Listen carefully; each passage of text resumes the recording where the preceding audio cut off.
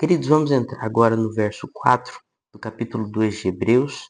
Já fizemos um estudo sobre o versículo 1, 2 e 3 e vamos finalizar no verso 4. É só para dar uma recapitulação do que já foi falado. Eu vou fazer uma leitura completa agora.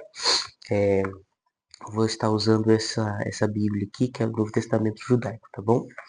Está escrito assim, verso 1. Portanto, precisamos prestar mais atenção às coisas que temos ouvido para que não nos desviemos.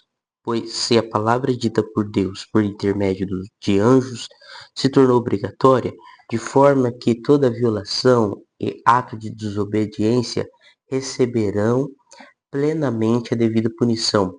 Como escaparemos se ignorarmos tão grande libertação? Esta libertação, primeiramente anunciada pelo Senhor, foi confirmada a nós por quem a ouviu. Agora verso 4, ainda que Deus também tenha testemunhado dela por meio de sinais, maravilhas, milagres e dons do Espírito Santo distribuídos como lhe aprove, tá? Esses primeiros versículos do capítulo 2, tá, de Hebreus, como já havíamos falado, tá? Ele nos traz uma primeira exortação, nos traz a lembrança do que ele está falando no capítulo 1, mas também da mensagem do Evangelho de Jesus Cristo, né, na salvação pela graça mediante a fé. Ele fala acerca que Deus é fiel a essa palavra, assim como ele também foi na palavra dada aos anjos, que aqui ele está se referindo ao Velho Testamento. Ele está dizendo que o Velho Testamento, né, se Deus honrou, né, o Velho Testamento, né, com a palavra que se tornou obrigatória, agora essa nova aliança, esse Novo Testamento, essa nova lei, né, essa nova forma de vida agora que é estabelecida em Cristo Jesus, ela também Deus também é fiel a ela, tá? É isso que o texto está dizendo aqui. E aí é o que o escritor vai dizer, como escaparemos se ignorarmos grande libertação, né? Como escaparemos nós se nós ignorarmos tamanha salvação, né?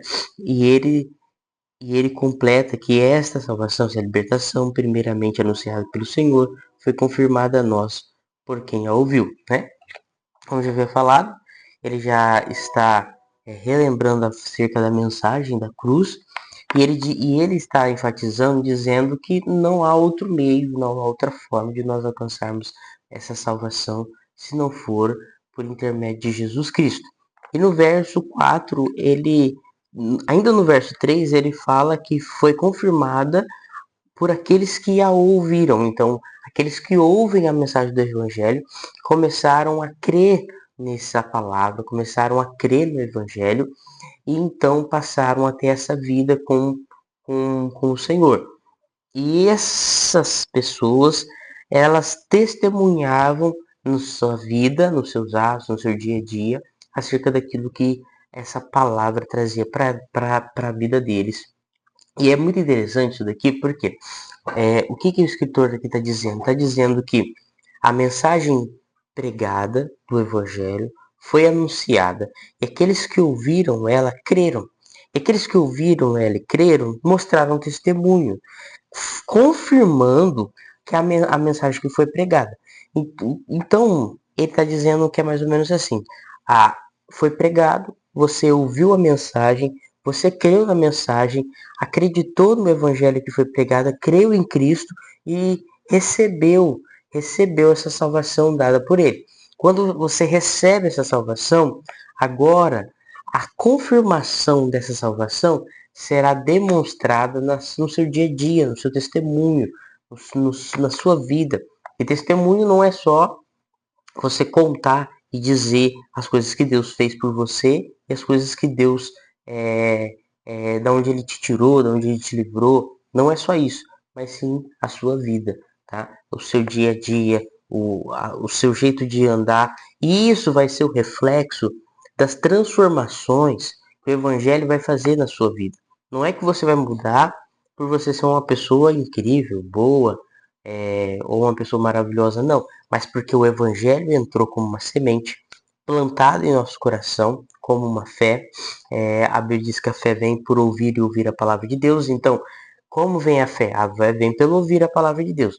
E o ouvir a palavra de Deus é esse evangelho que foi anunciado e pregado. Então, o evangelho é anunciado e pregado, é uma semente plantada. A semente plantada dentro do coração do homem, então gemina. E ela vai criar as suas raízes e vai brotar, vai crescer e mais à frente vai dar frutos. É isso que ele está dizendo. Então, o evangelho é ministrado, nós cremos, quer dizer que quando essa questão, nós cremos, né, a fé começa a ser gerada dentro de nós, então é como uma semente que encontra uma terra fértil, lá ela dá, ela gemina, então ela começa a crescer, assim é a nossa vida. Não é que eu recebi a mensagem, criei e amanhã eu sou outra pessoa. Não, não é isso.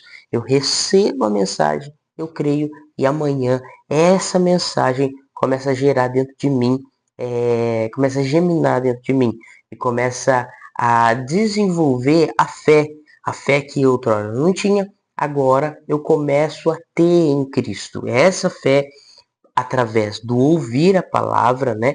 Aprove a Deus salvar pela loucura da pregação do evangelho. Então é isso que o texto diz. O evangelho é pregado, eu creio, e como uma semente ela é plantada no meu coração e ela gemina.